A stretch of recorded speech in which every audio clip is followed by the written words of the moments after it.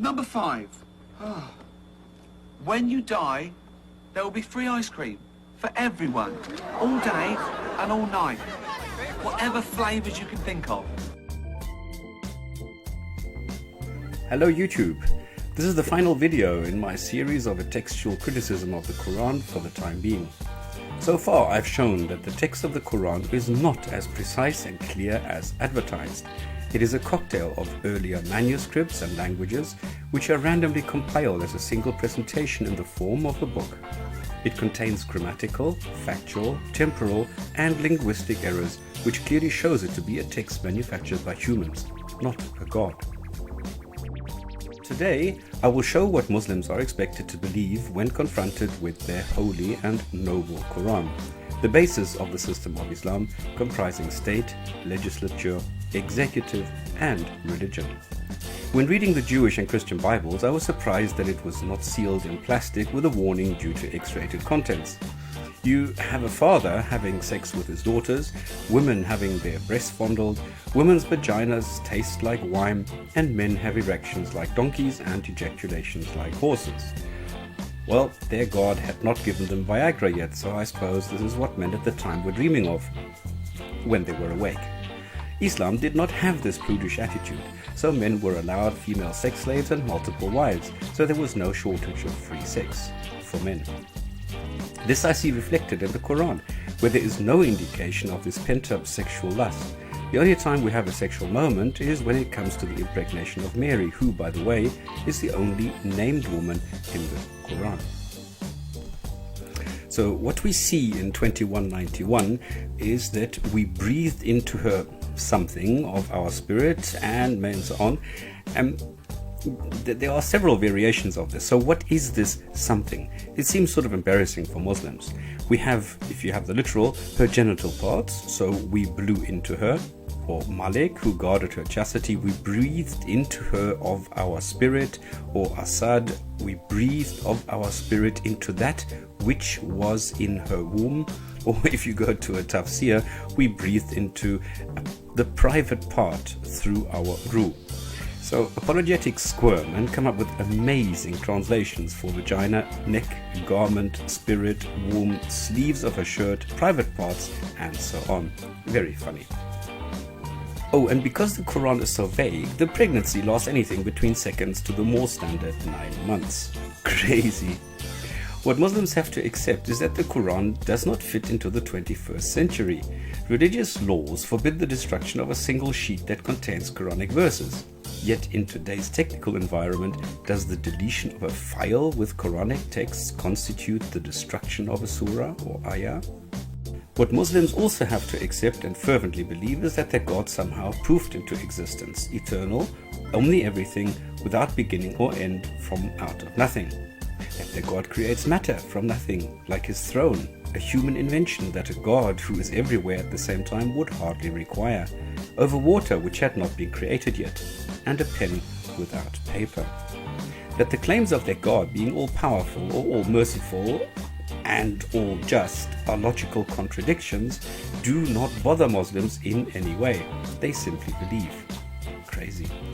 Religious laws were decreed when people thought Earth was flat, so that fasting laws and prayer times only fit into the small area of what today is called the Middle East, as in other areas of our planet there is no sunset or sunrise for weeks and months. Crazy. Let's run through some other examples of texts that are outright crazy. I will leave out all the crazy verses related to warfare, killing, slavery, punishment, looting, booty, etc. If we look at 265, 560 and 7166, what is this? Is this a god performing magic tricks? In 2106, why does an all-knowing eternal God need to correct himself at a later stage? In 349 and 5110, birds live by breathing on clay? Sure, happens all the time. In 4160, Allah changes his mind and puts Jews on a forced diet? So if wine was invented by Satan, how did he get into paradise and plant rivers of wine there? Surah 6151 is a contradiction in itself, as it tells Muslims what is prohibited in the form of commands. So if you read it literally, Allah prohibits you from treating your parents well and also prohibits you from not killing your children out of poverty. Say what? Crazy. In 7137, are the pyramids still here? Is the Sphinx gone? Are there other secret buildings that nobody knows of which were destroyed? Allah is personally responsible for thunder and lightning when he throws a tantrum? Muslims are born to prepare for the afterlife and should not care about their lives here and now. Today is just a test, so no worry today, worry about the tomorrow. Does Allah read his horoscope every morning? Cows produce milk where? Milk is synthesized in the mammary gland, in the alveolus, and released through hormone stimulation. If I look at 1693, Muslims claim they have what Christians call free will, in spite of numerous verses clearly saying you have free will if you use it exactly as Allah commands. In 16106, an example of the nonsensical ayat, virtually impossible to understand after reading it only once, and shows none of the claimed eloquence or ease of understanding. In 1701, I find it strange that the Koran appeals to a childish imagination, citing Burak, the flying horse creature. The furthest mosque in Jerusalem did not exist yet when Muhammad was alive. The mosque was named after the Quran, not the other way around. Muhammad managed to make his return trip in one night, where angels take 50,000 years, even though they are made from light. In 1822, we see that this popular story was circulating as the life story of the Christian saints and martyrs. It was named Al-Siniksar and somehow made it into the Quran. What is embarrassing is that Allah did not know how many people actually went into the cave to sleep for 309 years. A newborn baby talks? Talking ants that humans can understand? Because in 27:19 it says that Solomon smiled at their speech, meaning humans can hear and understand what ants are saying. And 27:16 even goes one step further, claiming that Muslims can hear and understand anything that flies.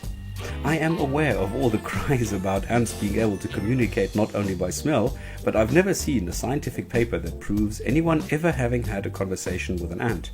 Now either you put up a video with you having a chat with an ant, or shut up.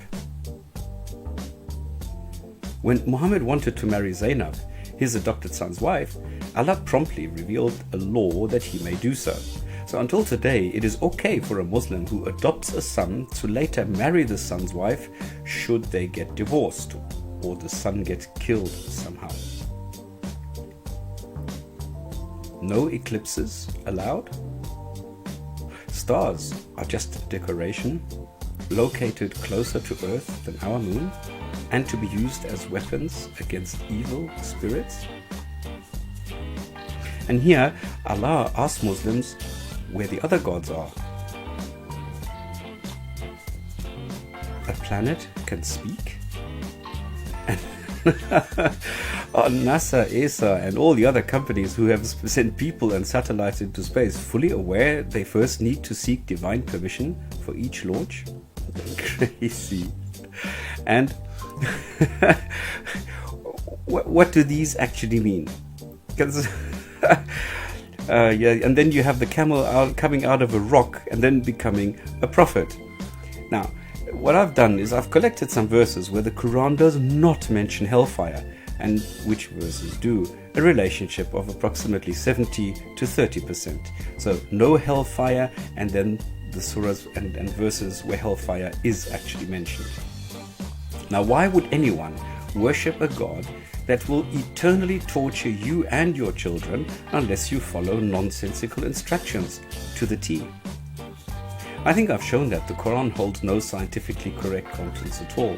It makes substantial mistakes in chronology, it has several grammatical errors, there are several nonsensical parts which are not explained and are not clear for humans.